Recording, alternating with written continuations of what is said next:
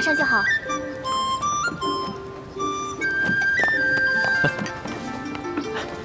我来试试。哎呀，行了，别给我们添乱了。我来。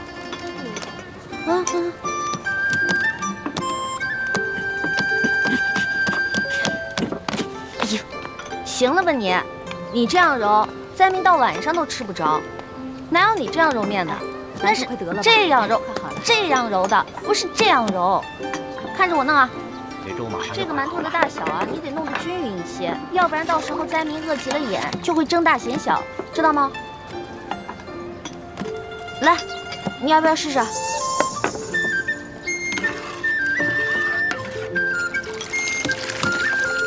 得了，慢点了。大家来排队了，吃粥拿馒头啦！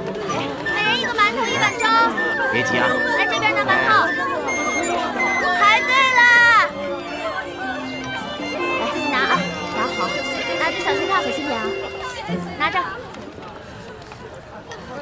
每个人都有份儿啊，不要急。来，拿好，给，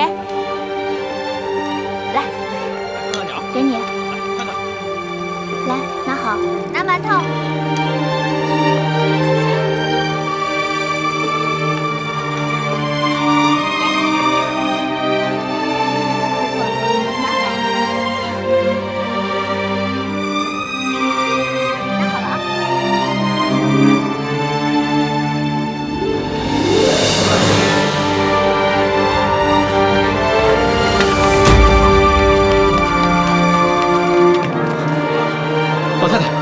老太太，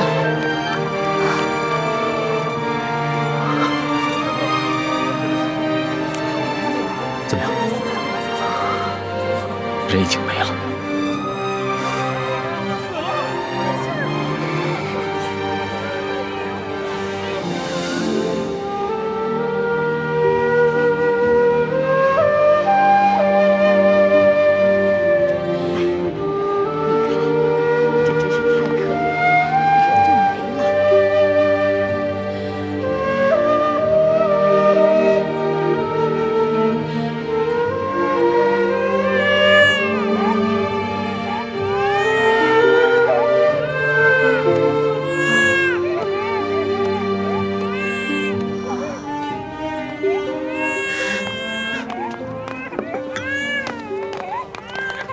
大嫂，快喝点粥。大嫂，这孩子怎么一直哭啊？是不是饿了？你快喂他喝点奶吧。哪里还有奶？我已经3天没吃东西了。不哭了，你爹跟哥哥姐姐们都已经饿死了，要不了多久，说不定我们一家子就可以团聚了。大嫂，来，把孩子给我，我帮你哄。你先吃点东西吧。来，给我。好。哎呦，哦，乖，不哭了啊。谢谢小哥了。大嫂，粥太烫了，先吃个馒头吧。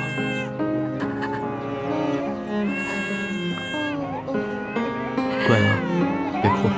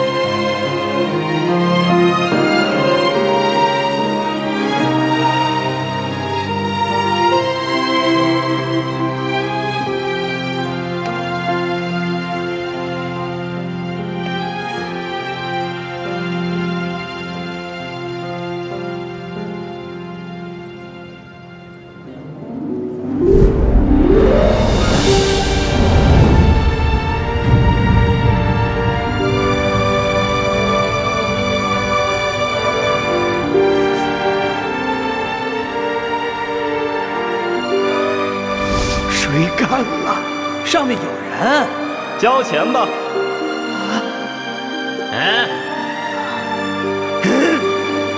拿下！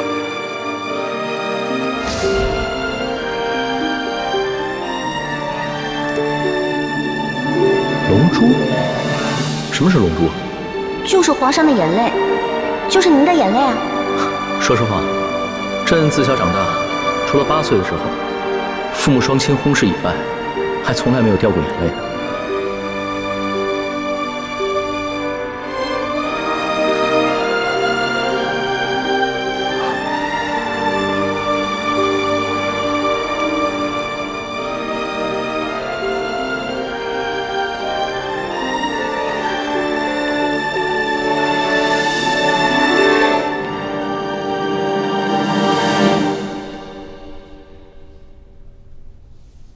让管家找个奶娘，好好把她养着，好好把她抚养成人。所需用途，我会派人一一送过来。钦差大人真是心善。这孩子虽然父母双亡，很是不幸，但能遇到钦差大人，也是他的福分。奴婢一定好好照料这个孩子。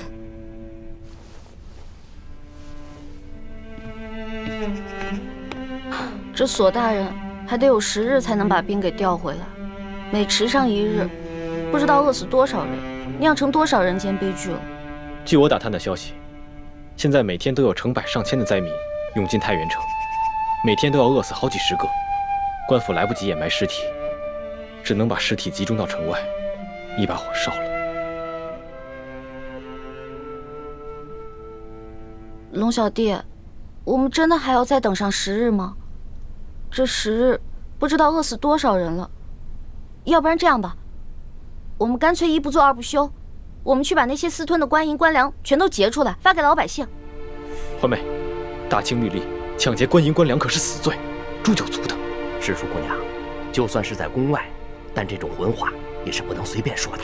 哦，主子，欢妹从小就冲动任性，说话不知轻重，请主子恕罪。今儿个我也冲动任性一回，去把刘德昭他们私吞的官银官粮劫出来。当真？你这个皇上带头抢劫官府啊？对，但是我们要想一个万全的计策，不劫则已，一劫必中。你放心吧，这事儿我大哥最在行，我大哥一劫绝对成功。欢妹，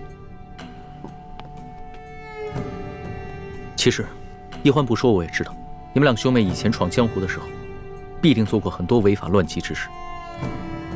你都跟主子瞎说什么了？我没说，他自己瞎猜的。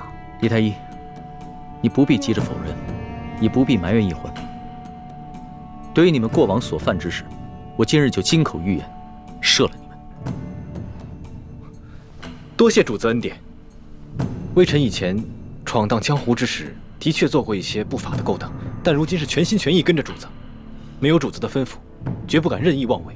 从现在开始，你的心中不必再有包袱，只管好好的给我谋划谋划，怎么样顺利的劫出银两，救助百姓。臣遵旨。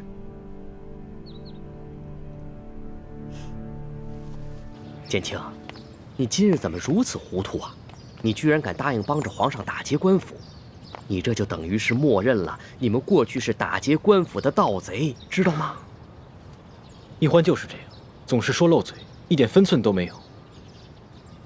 不过这样也好，这么一来，康熙只会把我们当作是一般行侠仗义的江湖盗匪，反而不会疑心别的。那你们也不该真的去打劫官府啊，万一出了什么意外怎么办？康熙都这么说了，我能不做吗？我自会把一切安排妥当。如果真的出了什么意外的话，大不了放弃行动。劫不到粮食跟银子，我跟欢妹自有办法脱身，叔父不必担心。你们呐，毕竟还是太年轻，不了解皇上的心思。此时纵然成功解了皇上的燃眉之急，他或许此时赏识你，可是等他冷静下来，他又会觉得你目无法纪，不易控制，到时候又会对你们生出排斥防范之心。多谢叔父提醒。叔父说的这些，侄儿心里何尝不明白。但是，这次行动若能顺利完成，就能解救诸多灾民。我也顾不了那么多了。可是如此一来，你跟易欢的处境就十分危险，我也危险呐。叔父，你如今有钱有势，吃腻了山珍海味，所以你不再关心那些挣扎在生死线上的灾民。可你难道忘了吗？当年跟我爹在死尸堆里找食物的惨状。你当年但凡有3寸宽的活路，又何至于进宫当太监？这次行动，如果真的能解救这些灾民，我们能避免多少这样的悲剧发生，也算是做了一件好事，不是吗？